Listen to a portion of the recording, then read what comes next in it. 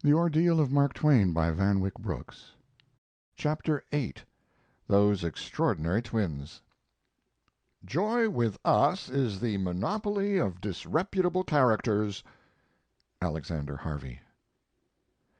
At the circus, no doubt, you have watched some trained lion going through the sad motions of a career to which the tyrannical curiosity of men has constrained him. At times he seems to be playing his part with a certain zest. He has acquired a new set of superficial habits, and you would say that he finds them easy and pleasant. Under the surface, however, he remains the wild, exuberant creature of the jungle. It is only thanks to the eternal vigilance of his trainers and the guiding lines they provide for him in the shape of the ring, the rack, and all the rest of the circus paraphernalia that he continues to enact this parody of his true life. Have his instincts been modified by the imposition of these new habits? Look at him at the moment when the trainer ceases to crack his whip and turns his back. In a flash another self has possessed him. In his glance, in his furtive gesture, you perceive the king of beasts once more. The sawdust of the circus has become the sand of the desert. 20,000 years have rolled back in the twinkling of an eye. So it was with Mark Twain. "We have no real morals," he wrote in one of his later letters, "but only artificial ones, morals created and preserved by the forced suppression of natural and healthy instincts." Now that is not true of the man who is master of himself. The morality of the free man is not based upon the suppression of his instincts, but upon the discreet employment of them. It is a real and not an artificial morality, therefore, because the whole man subscribes to it. Mark Twain, as we have seen, had conformed to a moral regime in which the profoundest of his instincts could not function. The artist had been submerged in the bourgeois gentleman, the man of business, the respectable Presbyterian citizen. To play his part, therefore, he had to depend upon the cues his wife and his friends gave him. Here we have the explanation of his statement: "Outside influences, outside circumstances, wind the man and regulate him. Left to himself, he wouldn't get regulated at all, and the sort of time he would keep would not be valuable." We can see from this how completely his conscious self had accepted the point of view of his trainers, how fully he had concurred in their desire to repress that unmanageable creative instinct of his, how ashamed, in short, he was of it. Nevertheless, that instinct, while repressed, while unconscious, continued to live and manifest itself just the same. We shall see that in the end, never having been able to develop, to express itself, to fulfill itself, to air itself in the sun and the wind of the world, it turned, as it were, black and malignant, like some monstrous, morbid inner growth, poisoning Mark Twain's whole spiritual system. We have now to note its constant blind efforts to break through the censorship that had been imposed on it, to cross the threshold of the unconscious and play its part in the conscious life of this man whose will was always enlisted against it. First of all, a few instances from his everyday life. We know that he was always chafing against the scheme of values, the whole social regime that was represented by his wife and his friends. His conscious self urged him to maintain these values and this regime. His unconscious self strove against them, vetoed the force behind his will, pushed him in just the opposite direction.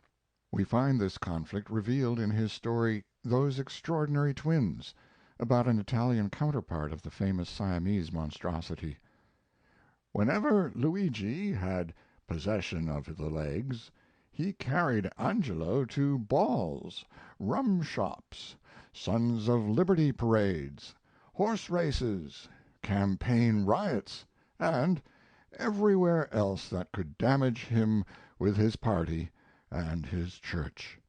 And when it was Angelo's week he carried Luigi diligently to all manner of moral and religious gatherings, doing his best to regain the ground he had lost. This story of the two incompatible spirits bound together in one flesh is, as we can see, the symbol of Mark Twain himself. Glance at his business life. He pursued it with frantic eagerness, urged on by the self that loved success, popularity, prestige. Yet he was always in revolt against it. There were years during which he walked the floor at night, overwrought and unsettled, as he said, by apprehensions, badgered, harassed, and let us add Mr. Paine's adjectives, worried, impatient, rash, frenzied, and altogether upset, till he had to beg the fates for mercy, till he had to send his agent the pathetic imploring appeal, "Get me out of business." Why did he always fail in those spectacular ventures of his? Was it not because his will, which was enlisted in business, was not supported by a constant fundamental desire to succeed in it? Because, in fact, his fundamental desire pointed him just the other way? Then there was his conventional domestic and social life. He had submerged himself in the role of the husband, the father, the neighbor, the citizen. At once he became the most absent-minded of men. His absent-mindedness, Mr. Paine assures us, was by no means a development of old age, and he mentions two typical instances of it when Mark Twain was in the very heyday of his mental strength. Once, when the house was being cleaned, he failed to recognize the pictures in his own drawing-room when he found them on the floor, and accused an innocent caller of having brought them there to sell.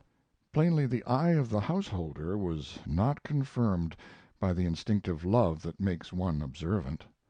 The vagrant artist in him, in fact, was always protesting against the lot his other self had so fully accepted, the lot of being bully-ragged, as he said, by builders and architects and tapestry devils and carpet idiots and billiard-table scoundrels and wildcat gardeners, when what was really needed was an incendiary.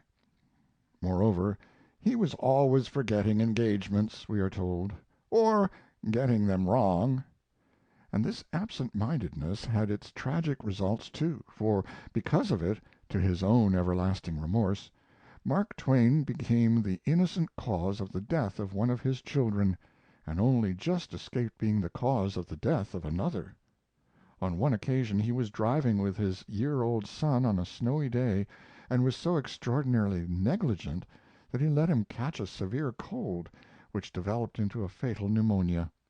On the other, when he was out with one of his little daughters, he inadvertently let go of the perambulator, and the baby, after a frightful slide down a steep hill, tumbled out with her head bleeding among the stones by the roadside. "I should not have been permitted to do it," he said of this first misadventure.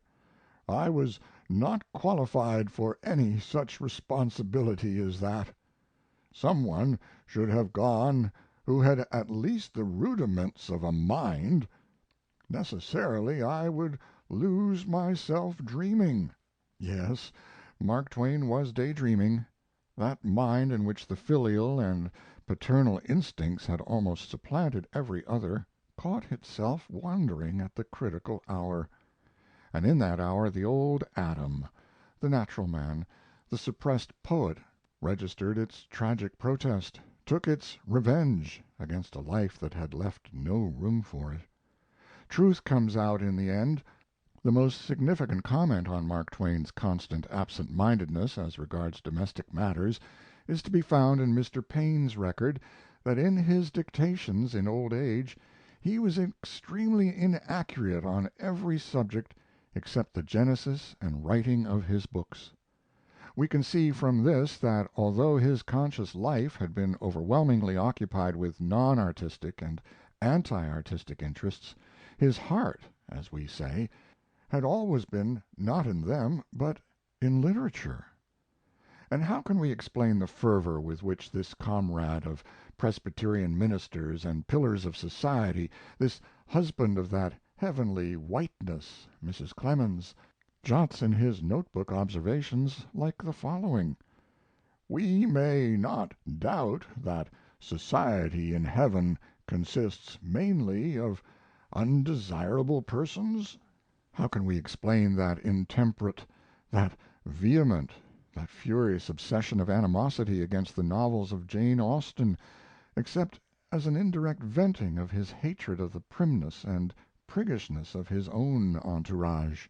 I should go even further. I should be even more specific than this. Mr. Howells had been Mark Twain's literary mentor. Mr. Howells had licked him into shape, had regenerated him artistically as his wife had regenerated him socially. Mr. Howells had set his pace for him, and Mark Twain, the candidate for gentility, had been overflowingly grateful. "Possibly," he had written to his father confessor, "possibly you will not be a fully accepted classic until you have been dead 100 years. It is the fate of the Shakespeares of all genuine professions.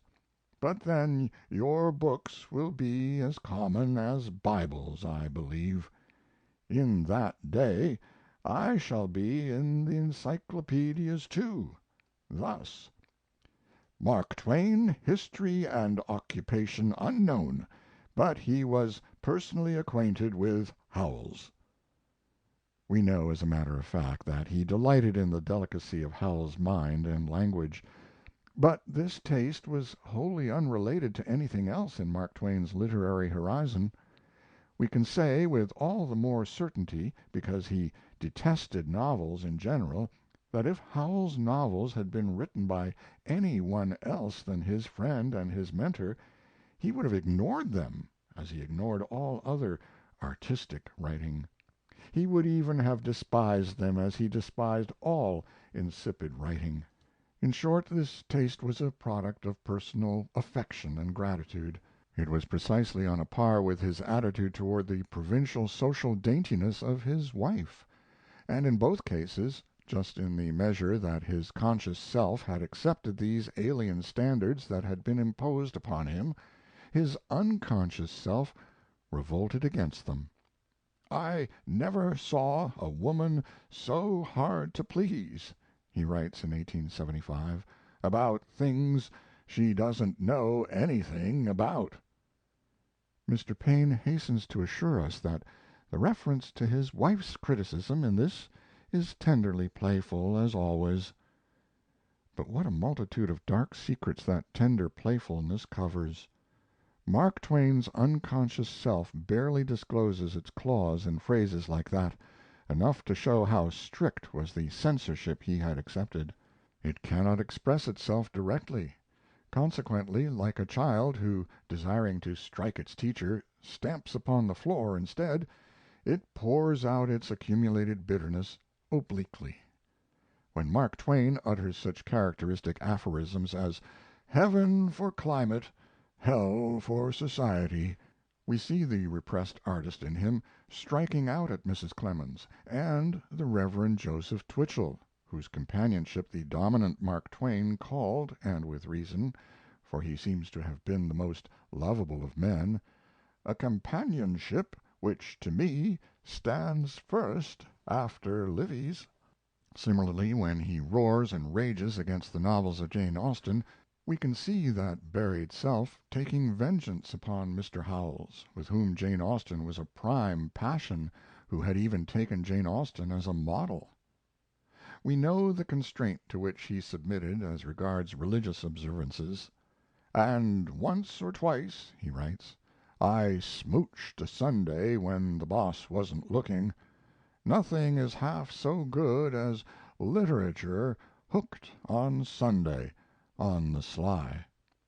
Does it not explain the bitter animus that lies behind his comical complaint of George W. Cable when the two were together on a lecture tour? "You will never, never know, never divine, guess.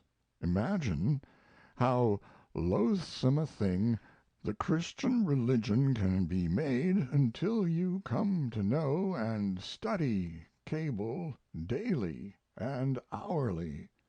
He has taught me to abhor and detest the Sabbath day, and hunt up new and troublesome ways to dishonor it. Habitually, as we have seen, he spoke of himself in public as a Presbyterian, as Twichell's parishioner. His buried self redressed the balance in a passionate admiration for Robert Ingersoll, the atheist. "Thank you most heartily for the books," he writes to Ingersoll in 1879. "I am devouring them. They have found a hungry place, and they content it and satisfy it to a miracle." What, in fact, were the books he loved best? We find him reading Andrew D. White's Science and Religion, Lecky's European Morals, and similar books of a rationalistic tendency. But his favorite authors, after Voltaire, whom he had read as a pilot, were Pepys, Suetonius, and Saint-Simon. Saint-Simon's memoirs, he said, he had read 20 times, and we gather that he almost learned by heart Suetonius's record of "the cruelties and licentiousness of imperial Rome." Why did he take such passionate pleasure in books of this kind, in writers who had so freely "spoken out"? Hear what he says in 1904 regarding his own book, What is Man? "Am I honest? I give you my word of honor privately, I am not. For 7 years I have suppressed a book which my conscience tells me I ought to publish.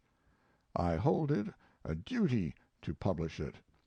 There are other difficult tasks I am equal to, but I am not equal to that one." And when at last he did publish it, anonymously, it was with this foreword: "Every thought in them [these papers] has been thought, and accepted as unassailable truth, by millions upon millions of men, and concealed, kept private. Why did they not speak out?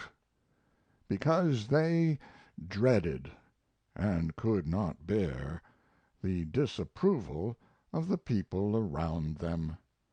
Why have not I published? The same reason has restrained me, I think. I can find no other." There we see, in all its absolutism, the censorship under which his creative self was laboring. One can easily understand his love for Saint-Simon and Casanova, and why in private he was perpetually praising their unrestrained frankness. And is there any other explanation of his Elizabethan breadth of parlance?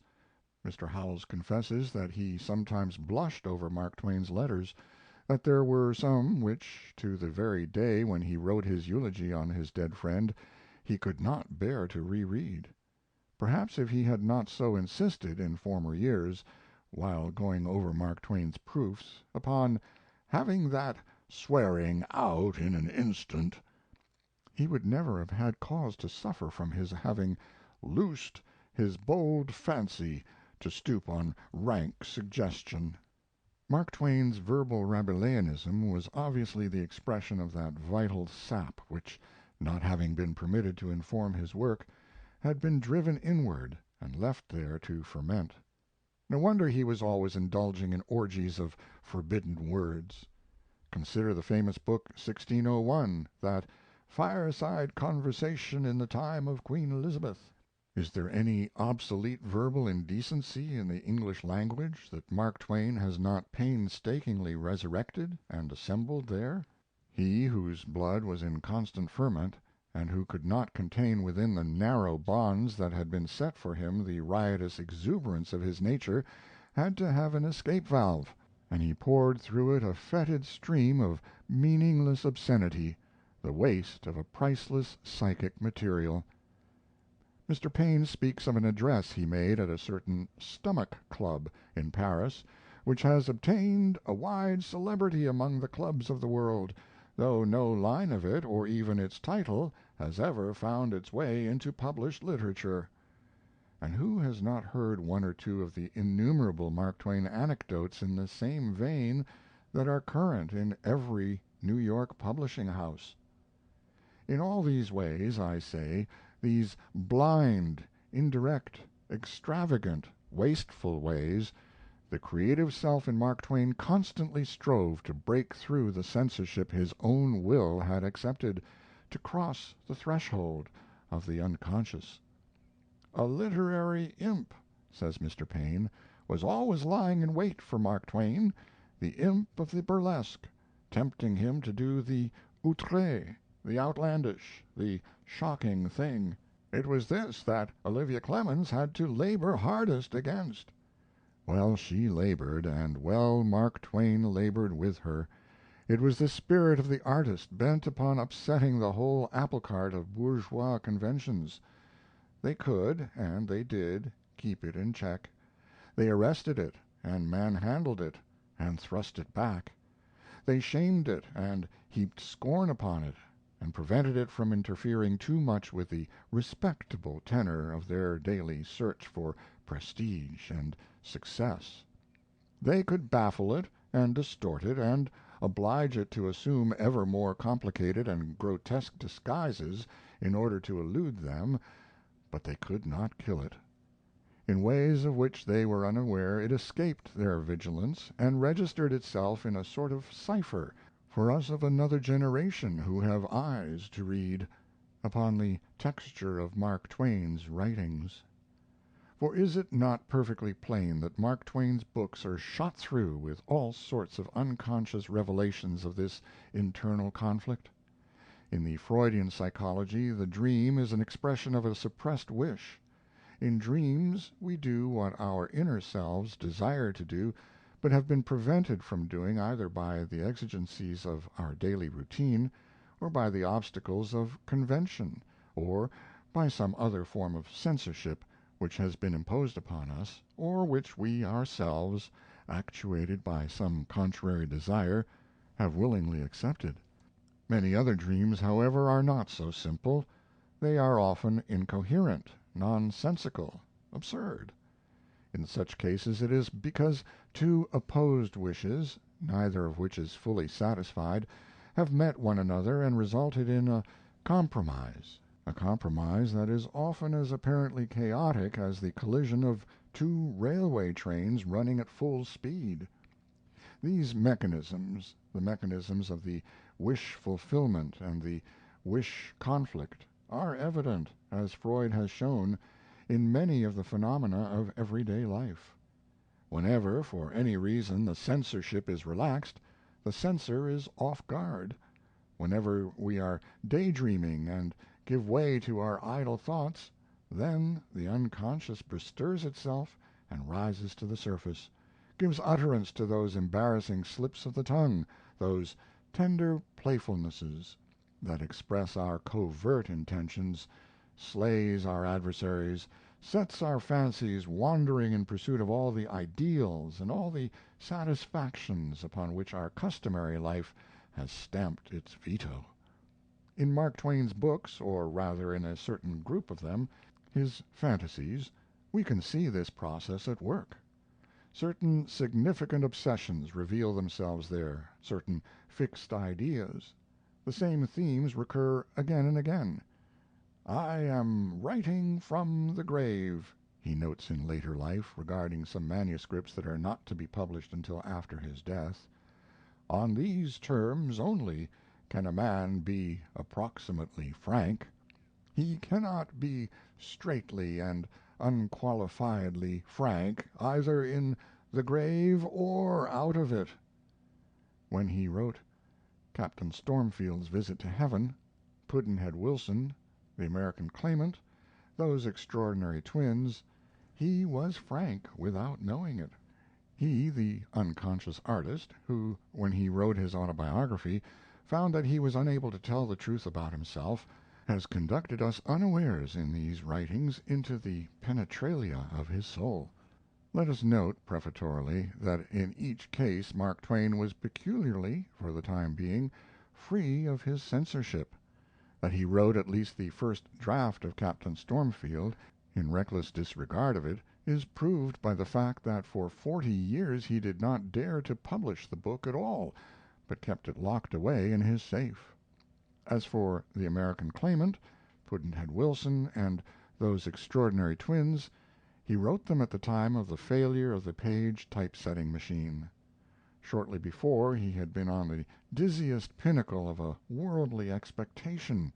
Calculating what his returns from the machine were going to be, he had "covered pages," according to Mr. Paine, "with figures that never ran short of millions, and frequently approached the billion mark." Then suddenly, reduced to virtual bankruptcy, he found himself once more dependent upon authorship for a living. He had passed, in short, through a profound nervous and emotional cataclysm. So disturbed were his affairs, so disordered was everything, we are told, that sometimes he felt himself as one walking amid unrealities. At such times, we know, the bars of the spirit fall down. People commit all sorts of aberrations, "go off the handle," as we say. The moral habits of a lifetime give way, and man becomes more or less an irresponsible animal. In Mark Twain's case, at least, the result was a violent effort on the part of his suppressed self to assert its supremacy in a propitious moment when that other self, the business man, had proved abysmally weak. That is why these books that marked his return to literature appear to have the quality of nightmares. He has told us in the preface to Those Extraordinary Twins that the story had originally been a part of Pudd'nhead Wilson. He had seen a picture of an Italian monstrosity like the Siamese twins, and had meant to write an extravagant farce about them. But he adds, "The story changed itself from a farce to a tragedy while I was going along with it, a most embarrassing circumstance." Eventually he realized that it was not one story but two stories, tangled together, that he was trying to tell, so he removed the twins from Pudd'nhead Wilson and printed the two tales separately. That alone shows us the confusion of his mind, the confusion revealed further in The American Claimant and in Pudd'nhead Wilson as it stands. They are, I say, like nightmares, these books, full of passionate conviction that turns into a burlesque of itself, angry satire, hysterical humor. They are triple-headed chimeras, in short, that leave the reader's mind in tumult and dismay.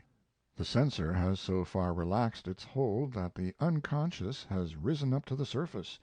The battle of the two Mark Twains takes place almost in the open, under our very eyes.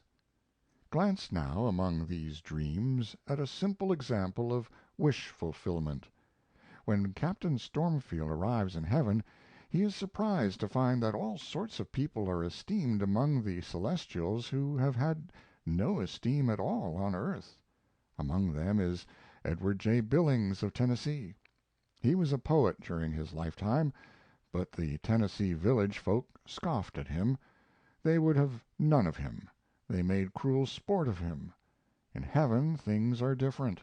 There the celestials recognize the divinity of his spirit, and in token of this Shakespeare and Homer walk backward before him.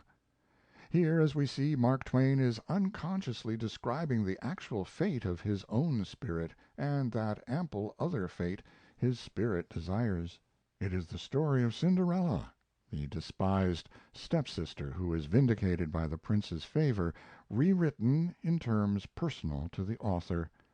We note the significant parallel that the Tennessee village, where the unappreciated poet lived to the scornful amusement of his neighbors, is a duplicate of the village in which Mark Twain had grown up, the milieu of Huck Finn and Tom Sawyer.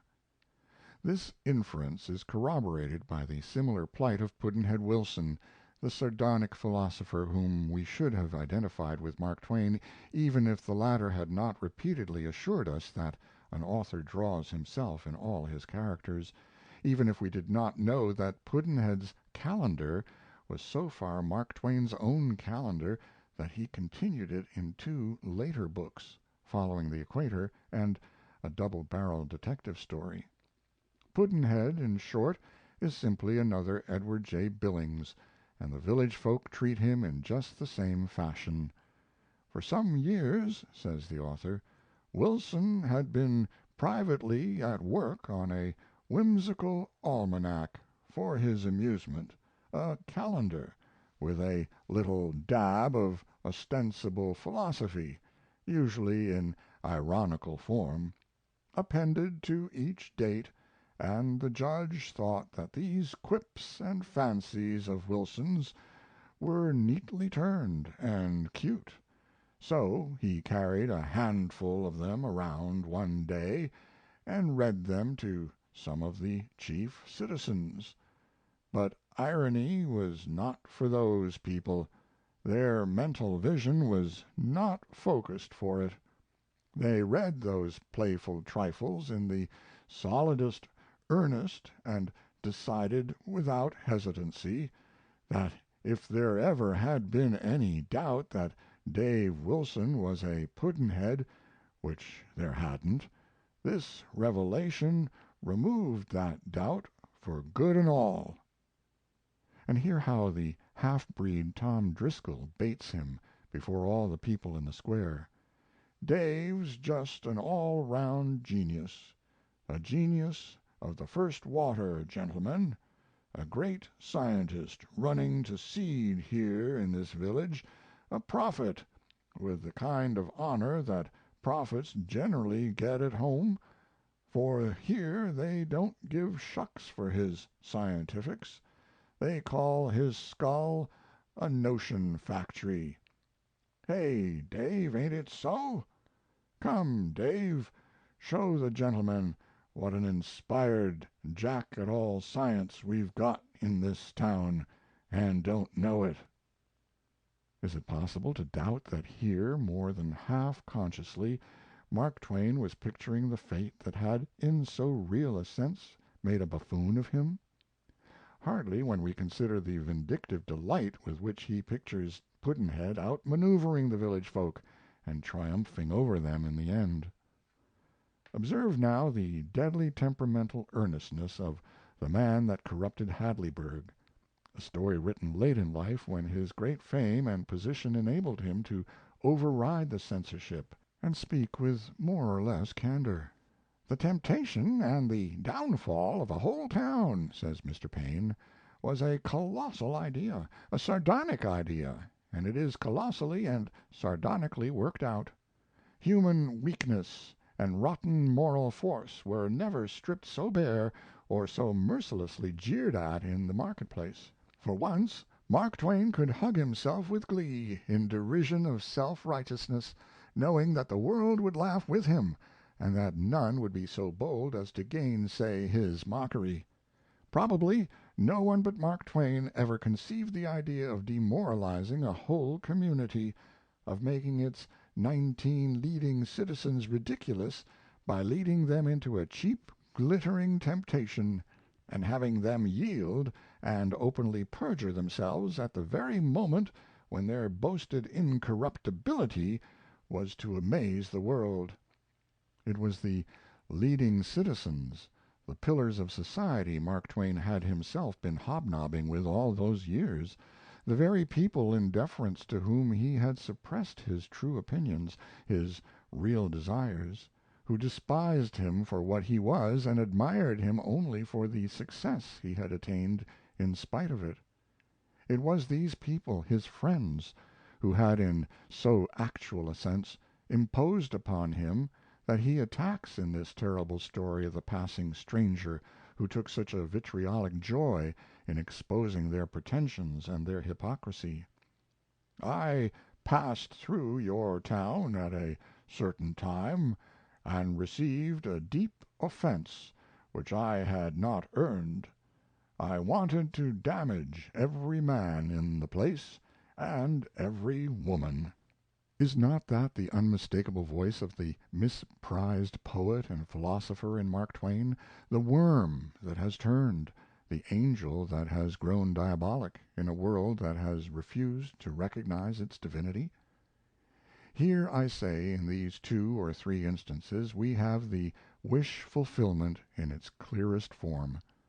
Elsewhere we find the wish, the desire of the suppressed poet for self effectuation, expressing itself in many vague hopes and vague regrets.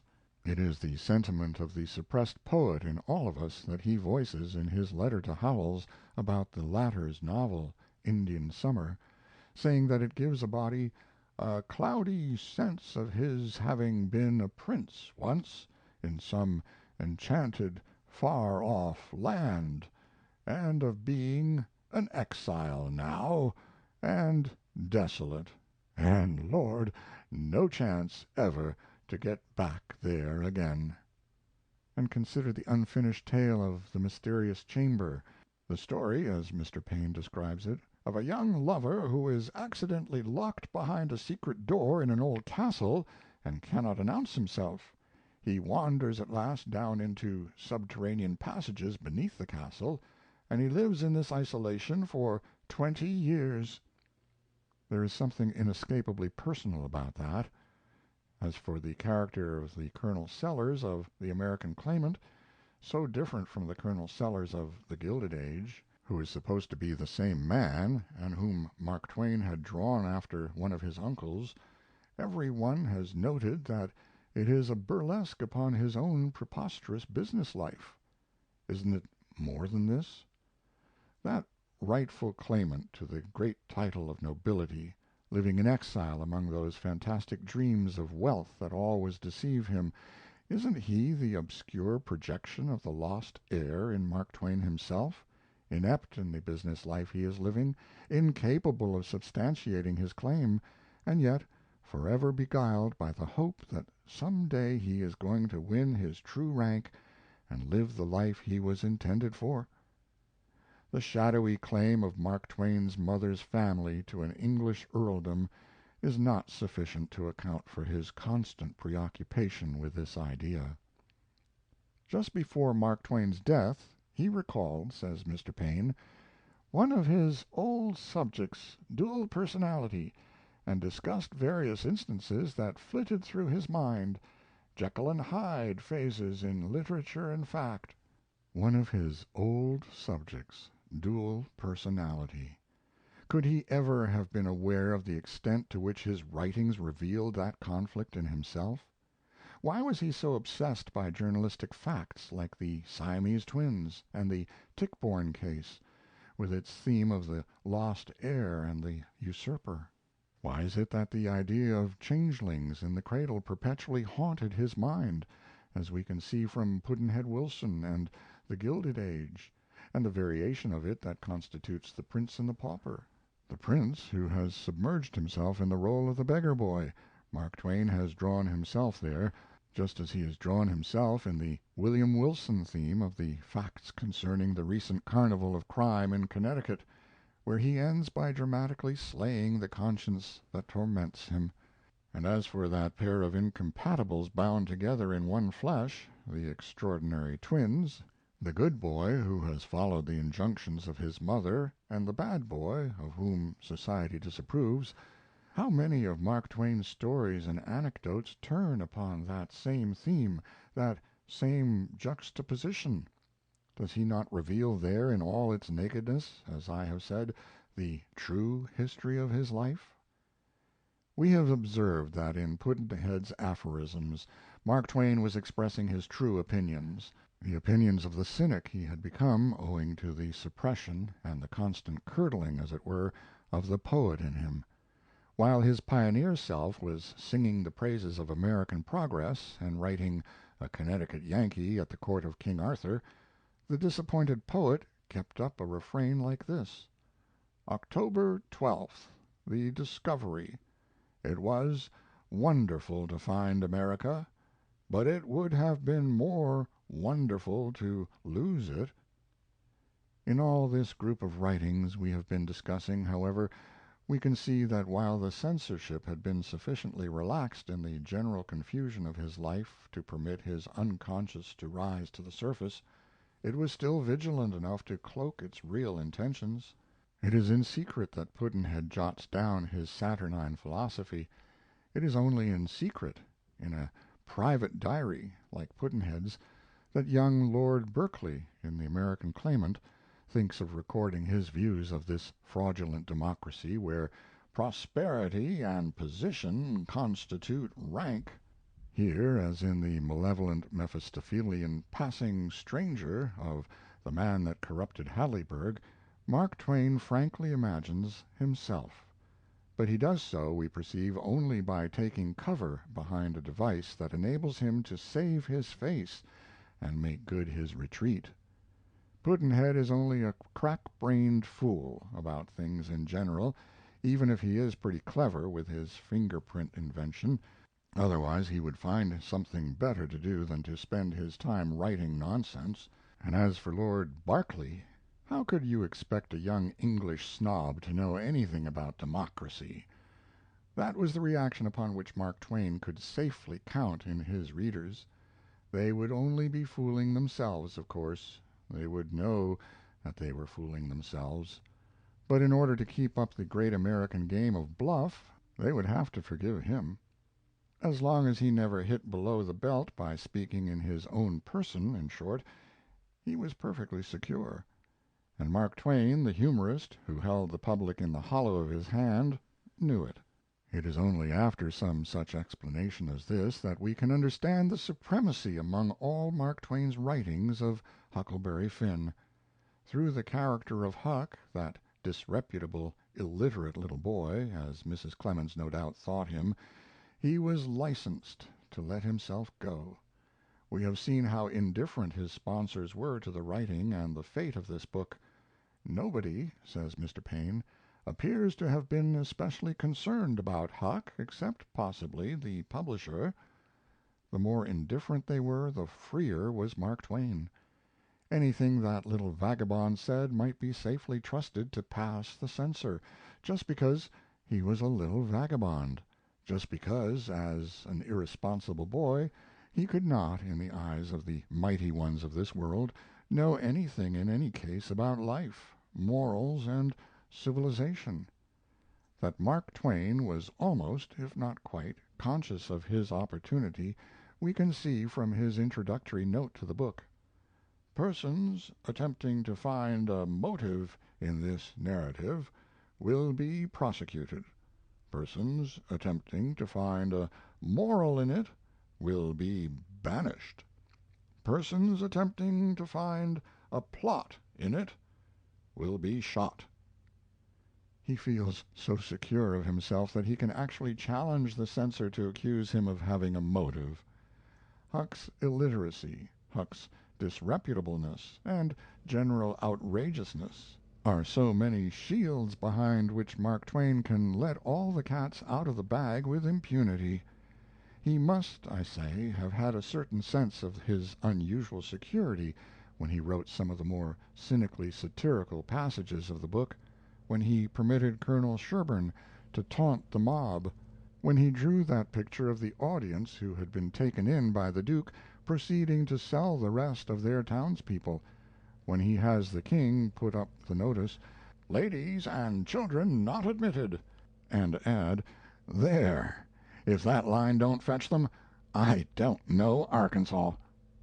The withering contempt for humankind expressed in these episodes was of the sort that Mark Twain expressed more and more openly, as time went on, in his own person. But he was not indulging in that costly kind of cynicism in the days when he wrote Huckleberry Finn. He must, therefore, have appreciated the license that little vagabond, like the puppet on the lap of a ventriloquist, afforded him. This, however, was only a trivial detail in his general sense of happy expansion, of ecstatic liberation. "Other places do seem so cramped up and smothery, but a raft don't," says Huck on the river. "You feel mighty free and easy and comfortable on a raft." Mark Twain himself was free at last. That raft and that river to him were something more than mere material facts. His whole unconscious life, the pent up river of his own soul, had burst its bonds and rushed forth, a joyous torrent. Do we need any other explanation of the abandon, the beauty, the eternal freshness of Huckleberry Finn? Perhaps we can say that a lifetime of moral slavery and repression was not too much to pay for it. Certainly, if it flies like a gay, bright, shining arrow through the tepid atmosphere of American literature, it is because of the straining of the bow, the tautness of the string, that gave it its momentum. Yes, if we did not know, if we did not feel that Mark Twain was intended for a vastly greater destiny, for the role of the demiurge, in fact, we might have been glad of all those petty restrictions and misprisions he had undergone, restrictions that had prepared the way for this joyous release.